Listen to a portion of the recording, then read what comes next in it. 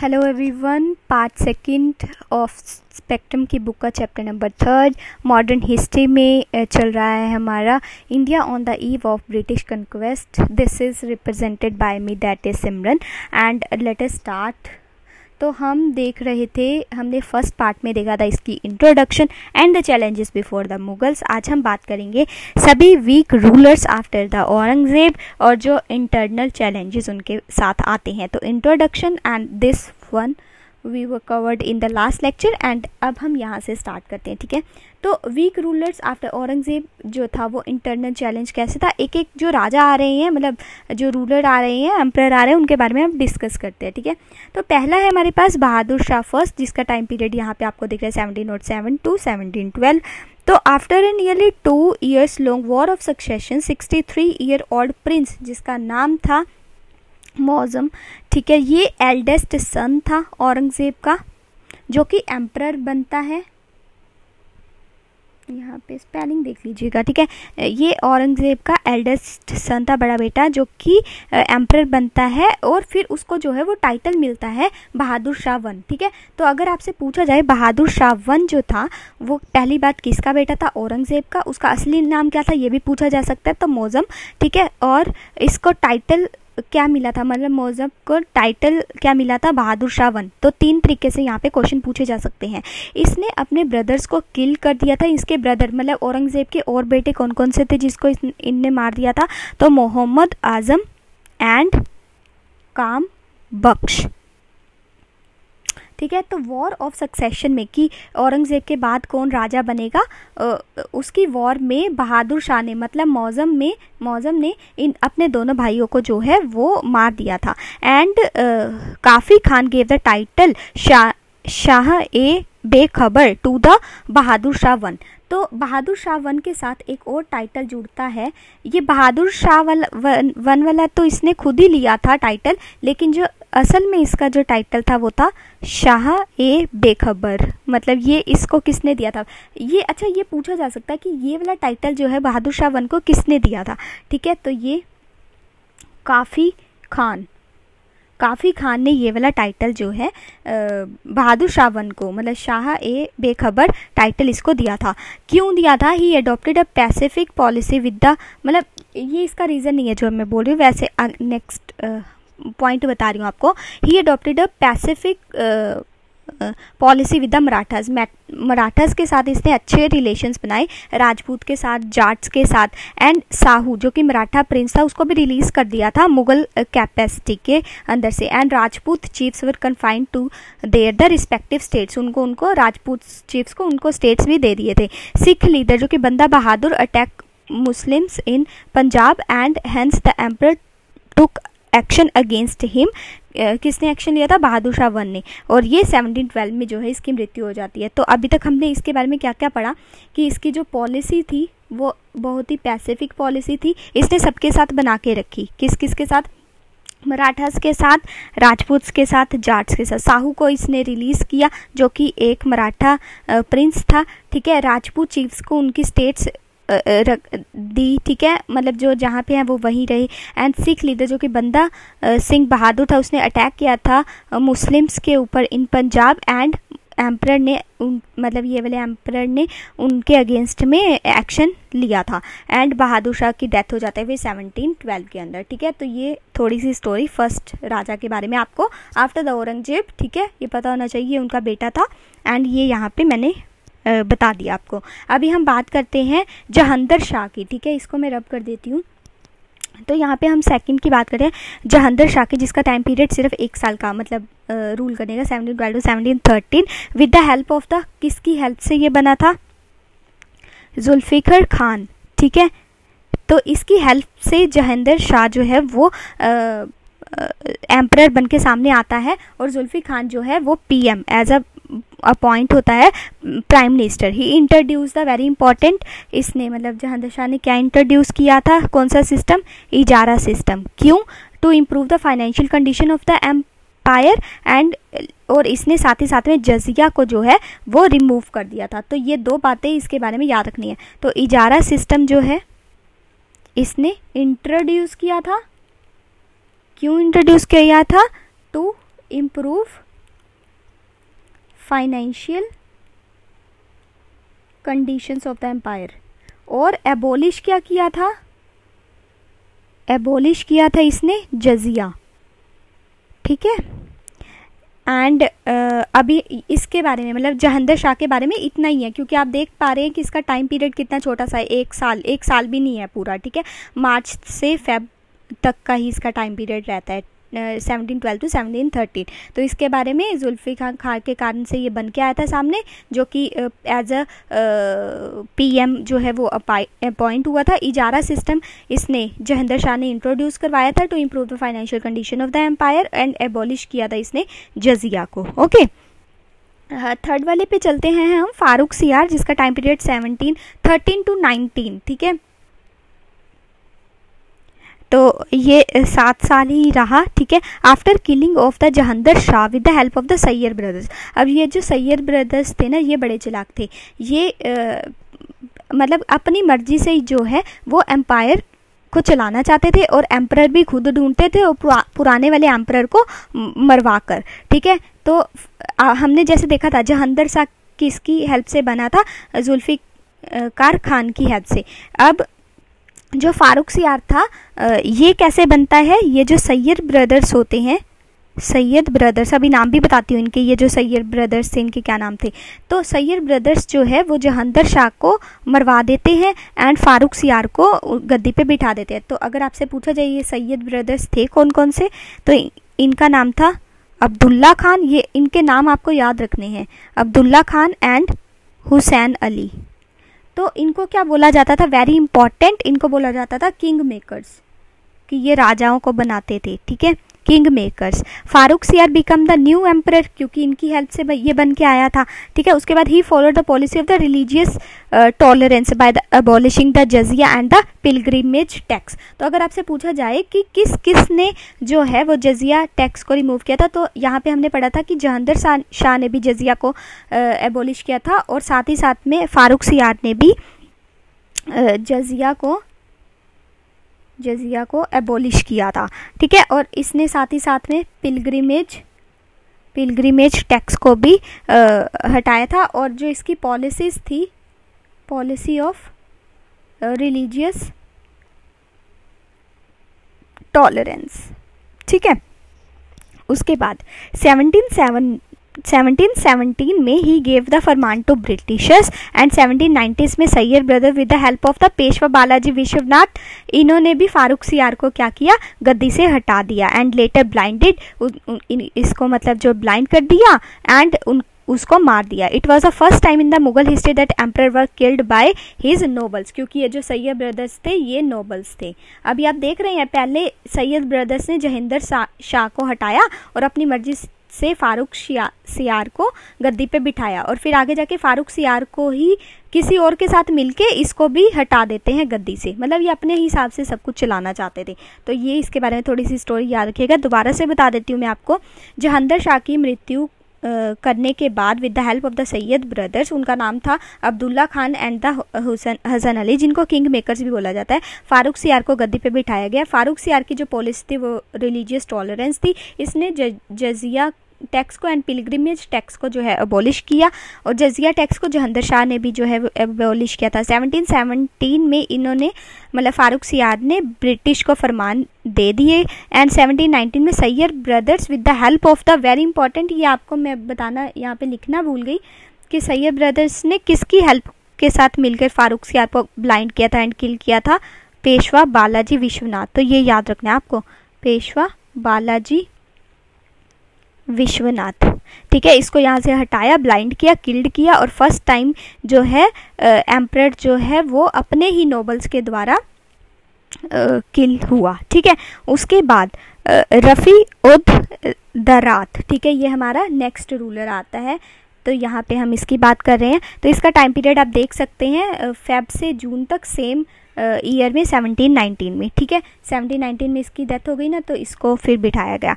तो he ruled for least period and died because of the TB, ठीक है, tuberculosis के कारण इसकी डेथ हो गई थी। अगर आपसे पूछा जाए कौन से राजा की ट्यूबरक्लोसिस के कारण डेथ हुई थी, तो रफ़ी उद दरजत, ठीक है, तो इसका जो टाइम पीरियड था वो बहुत ही ज़्यादा लीस्ट रहा है। आप देख ही सकते हैं कितने बस महीनों में ही है, तो 5 मंथ्स तक ही बस इसने रूल किया। ठीक, अभी इसका कुछ ज़्यादा नहीं है क्योंकि ज़्यादा रूल ही नहीं कर पाया तो ज़्यादा वो कहाँ से आएगा, मतलब कंटेंट भी इतना नहीं होगा। ठीक है, तो अभी हम बात कर लेते हैं रवि उद दौला की, जो कि फिर नेक्स्ट राजा आता है। ठीक है, यहाँ पे हम इसकी बात करें तो इसने 4 मंथ्स जो है वो रूल किया। अभी इसमें देखते हैं क्या है। तो जो सैयद ब्रदर्स थे उन्होंने रफ़ी उद दौला को बिठा दिया एंड इनको टाइटल दिया। अच्छा, पहली बात आपको ये याद रखनी है, सैयद ब्रदर्स ने ही इसको बिठाया था, सैयद ब्रदर्स ने बिठाया था, उसकी हेल्प से इसको एम्पायर मिला था एंड इसको जो है वो टाइटल दिया था शाहजहां II। ठीक है, and the new emperor and opium addict, और इसकी भी डेथ हो गई थी किसके कारण, डिसेंट्री के कारण, जो कि एक ब्लडी डायरिया होता है। ठीक है, इंटेस्टाइन में जो है इन्फ्लेमेशन हो जाती है, उसके कारण से इसकी जो है वो डेथ हो गई।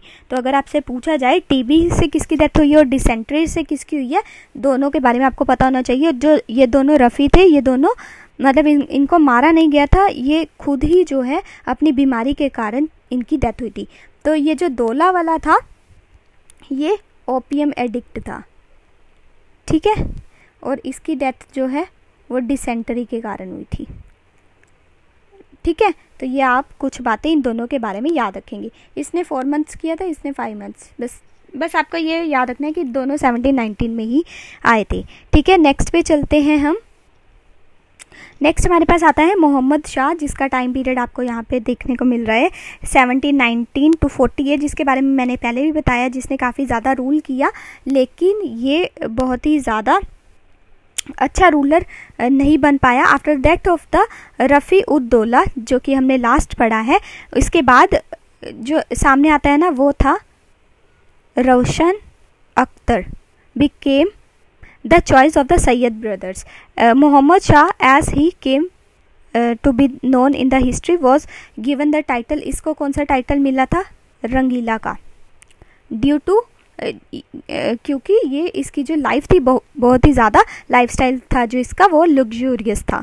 ठीक है, बहुत मौज मस्ती करता रहता था एंड कोर्ट्स के अंदर इसने गाने वगैरह सुनने। ठीक है, बस मतलब इसीलिए इसको नाम रंगीला मिला। ठीक है, और ड्रिंक्स वगैरह करनी, यही इसका काम था मोहम्मद शाह का।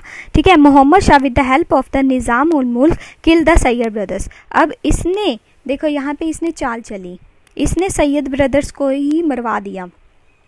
क्यों मरवा दिया, क्योंकि इसको पता चल गया था कि ये जो सैयद ब्रदर्स है ना, ये पहले तो खुद एम्परर बनाते हैं और खुद ही फिर मरवा देते हैं। क्योंकि अभी लास्ट में हमने 1-2 जगह पर यही पढ़ा कि कैसे सैयद ब्रदर्स जो थे वो एम्पायर देते हैं एम्परर को, गद्दी पे बिठाते हैं और खुद ही मरवा देते हैं, फिर नेक्स्ट रूलर मतलब अपनी मर्जी से चलाना चाहते हैं। अब मोहम्मद शाह ने सैयद ब्रदर्स को ही पहले ख़त्म किया कि इनको ख़त्म करो, कहीं ये हमें ही ना ख़त्म कर दें।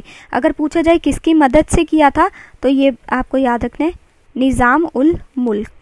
ठीक है, अब 1724 में निज़ाम उल मुल्क जो था बिकेम द वज़ीर, तो ये जो था ये वज़ीर बन जाता है। Founded the independent state of the Hyderabad. मैंने आपको स्टार्टिंग में मतलब फर्स्ट पार्ट में बताया था कि मोहम्मद शाह ही एक ऐसा मतलब इसका टाइम पीरियड काफ़ी बड़ा है, 29 ईयर्स इसने रूल किया। तो मोहम्मद शाह के टाइम पे ही जो रूलर्स थे वो इंडिपेंडेंट स्टेट बनाना चाहते थे, जिसमें से निज़ाम उल मुल्क जिसकी हेल्प से ये सैयद ब्रदर्स को मरवाता है, तो इसने भी अपना हैदराबाद स्टेट जो है वो अलग बना लिया। मैंने आपको स्टार्टिंग में बताया था ना कि हैदराबाद, बंगाल, अवध और पंजाब, इन्होंने जो है वो सेपरेट स्टेट, इंडिपेंडेंट स्टेट बना ली थी। ठीक है, उनमें से एक ये था। ठीक है, निज़ाम उल मुल्क। ठीक है, उसके बाद 1737 में बाजीराव वन जो कि मराठा पेशवा था, उसने दिल्ली को इन्वेड किया। मतलब छोटी सी आर्मी थी उसकी 500 हॉर्समैन की। एंड 1739 में नादिर शाह, मैंने आपको बताया लास्ट पार्ट में कि नादिर शाह ने डिफीट किया मुगल्स को at the battle of Karnal and later imprisoned Mughal Mohammad Shah and annex the area west of the Indus into the Persian empire. तो इसी के रूल में जो है आपका नादिर शाह भी आया। ठीक है, नादिर शाह ने भी अटैक बैटल ऑफ करनाल जो हुई थी इसी के रेन में किया। तो इसके रेन में काफ़ी सारी चीज़ें होती है क्योंकि टाइम पीरियड बहुत बड़ा है ना, और पुराने जो दो मतलब पिछले दो हमने देखे हैं उनका तो टाइम पीरियड ही नहीं कुछ रूल करने का, तो इतना ज़्यादा कंटेंट उसमें नहीं है। इसमें ज़्यादा है कि कैसे इसको रंगीला का टाइटल मिलता है, सैयद ब्रदर्स को ये मरवा देता है with the help of the Nizam ul Mulk, ठीक है। और इसके टाइम पीरियड में जो है अलग अलग इंडिपेंडेंट स्टेट बन जाती हैं। नादिर शाह भी इसके टाइम पीरियड में आता है। बाजीराव जो वन था उसने इन्वेड किया था दिल्ली को, ठीक है, 500 हॉर्समैन छोटी सी आर्मी के साथ ही मिल गए, ठीक है। तो ये सब कुछ आपका मोहम्मद शाह में आ जाता है। उसके बाद अब आगे चलते हैं, अहमद शाह की बात करते हैं जिसका टाइम पीरियड 1748 to 54 रहा। ये जो था इसको भी जो है इनकॉम्पिटेंट रूलर ही माना जाता है। अब जो भी आएंगे ना वो बिल्कुल भी मतलब अच्छे रूलर्स नहीं कहलाए, इसी के कारण तो डिक्लाइन आया। Who left the state affairs in the hand of the Udham Bai, जिसको बोला जाता है क्वीन मदर, ठीक है। Udham Bai given the title of Qibla i Alam was a lady of poor intellect, मतलब बिल्कुल भी समझदार भी नहीं थी ये, and who ruled with the help of the paramour Javed Khan, ठीक है। उसकी हेल्प से इसने जो है वो रूल किया।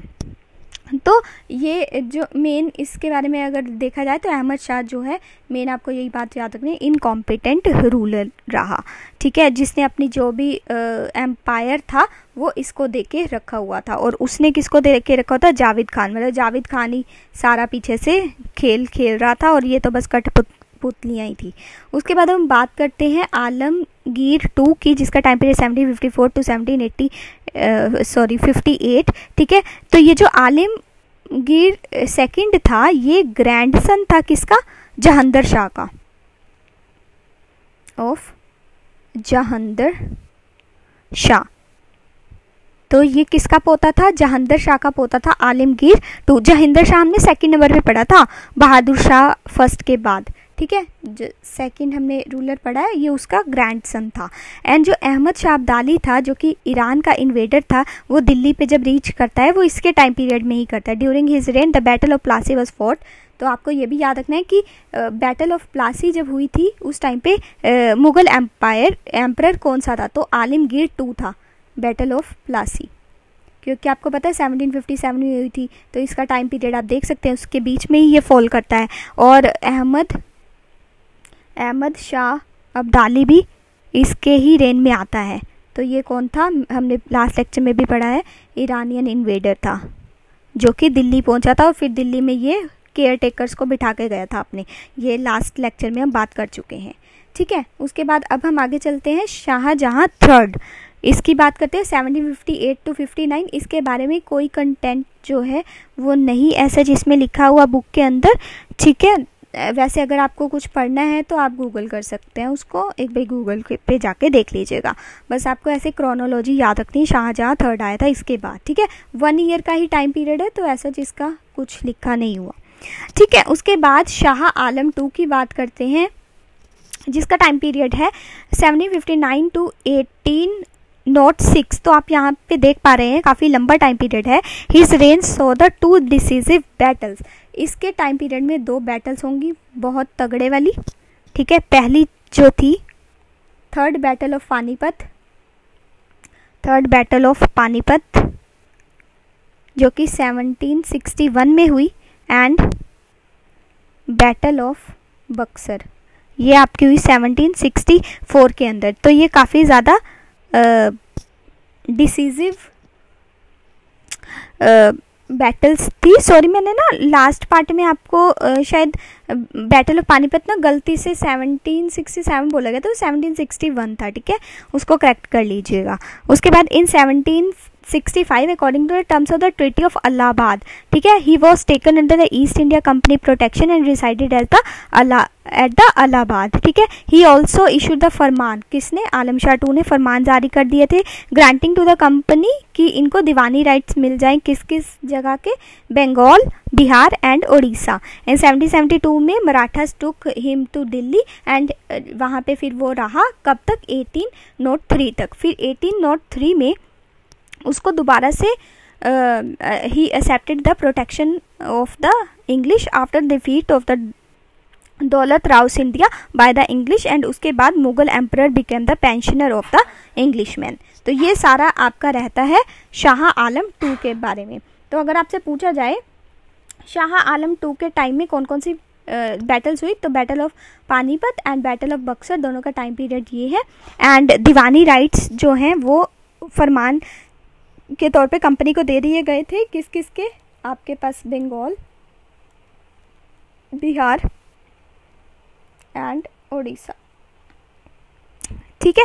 एंड ट्रीटी ऑफ इलाहाबाद में ही was taken under the East India companies protection and वहाँ इलाहाबाद में ये रहना स्टार्ट कर देता है। मराठास टूक हिम टू दिल्ली ले आते हैं उसको, वहीं पे रहते हैं 1803 तक। एंड 1803 के बाद he again accepted the protection of the, कि वो इंग्लिश मैन को जो है प्रोटेक्ट करेगा। आफ्टर डिफीट ऑफ द दौलत Rao Scindia by the English afterwards Mughal emperor became the pensioner of the English, ठीक है। तो ये इसके बारे में था। अभी हमारे पास 2 ही राजा रहते हैं, वो देख लेते हैं। अकबर 2 1806 to 37, इसका टाइम पीरियड भी काफ़ी ज़्यादा है। एंड इसको he give the title of Raja to the Raja Ram Mohan Roy. आपने सुना होगा राम मोहन रॉय के आगे राजा क्यों लगता है, तो ये राजा वर्ड का टाइटल जो है राम मोहन रॉय को किसने दिया था? अकबर 2 ने। वेरी इंपॉर्टेंट क्वेश्चन, ये काफ़ी बार आता है, ठीक है। And in 1835 coins bearing the name of the Mughal emperors were stop. जैसे कॉइन्स के ऊपर जो है वो राजा के नेम्स वगैरह लिखे आते थे, फोटोएं लिखी आती थी, तो वो इसने स्टॉप करवा दी, ठीक है। तो ये भी आप याद रखेंगे, कॉइन्स के ऊपर जो नेम्स थे वो बंद करवा दिए राजाओं के, ठीक है। उसके बाद इसके बारे में इतना ही था। एंड बहादुर शाह 2 1837 to 57, ठीक है। ये जो लड़ाई होती है फिर, ठीक है, रिवोल्ट होता है, वहाँ तक की बात है। अब बहादुर शाह 2 इसके बारे में देख लेते हैं। तो बहादुर शाह 2 और इसका दूसरा नाम क्या था? बहादुर शाह जफर। जफर क्या था? इसका सरनेम था। ये लास्ट एम्परर था, ठीक है, लास्ट मुगल एम्परर। इसके बाद तो पूरा दबदबा आपका ब्रिटिशर्स का हो जाएगा। एंड रिवोल्ट ऑफ 1857 जो था वो made a futile attempt to declare him the emperor of the India. ये अभी आगे जाके भी हम पढ़ेंगे कि कैसे 1857 के रिवोल्ट में इसको जो है वो लीडर बना के पेश करते हैं। And he was captured by English and sent to Rangoon, वहाँ पे उसकी मृत्यु हो जाती है 1862 में। And in the legal terms Mughal emperor came to an end on the, कब एंड हो गया था मुगल एम्परर? 1 नवंबर 1858 को, जब declare with the declaration of the, जब डिक्लेयर कर दिया गया था बाय द क्वीन विक्टोरिया। तो यहाँ पे इनका शासन जो है वो पूरी तरह से समाप्त हो जाता है, ठीक है। यहाँ पे आपके ये पूरे जो थे 12 रूलर्स के बारे में अभी हमने डिस्कस किया, मुगल रूलर्स के बाद, जो कि औरंगजेब के बाद आते हैं और इतने कॉम्पिटेंट नहीं होते कि ये अपने एम्पायर को बचा सके, ठीक है। अभी हम नेक्स्ट लेक्चर में पढ़ेंगे causes of the decline of the Mughal empire. तो ये सब बातें उसमें हम डिस्कस करेंगे। Thank you.